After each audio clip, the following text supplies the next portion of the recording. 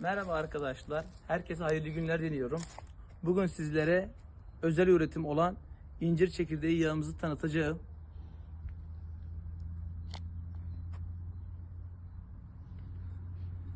Elimde görmüş olduğunuz incir çekirdeği yağımız özel olarak soğuk pres yöntemi ile el emeği göz bebeği olarak çıkarılmıştır.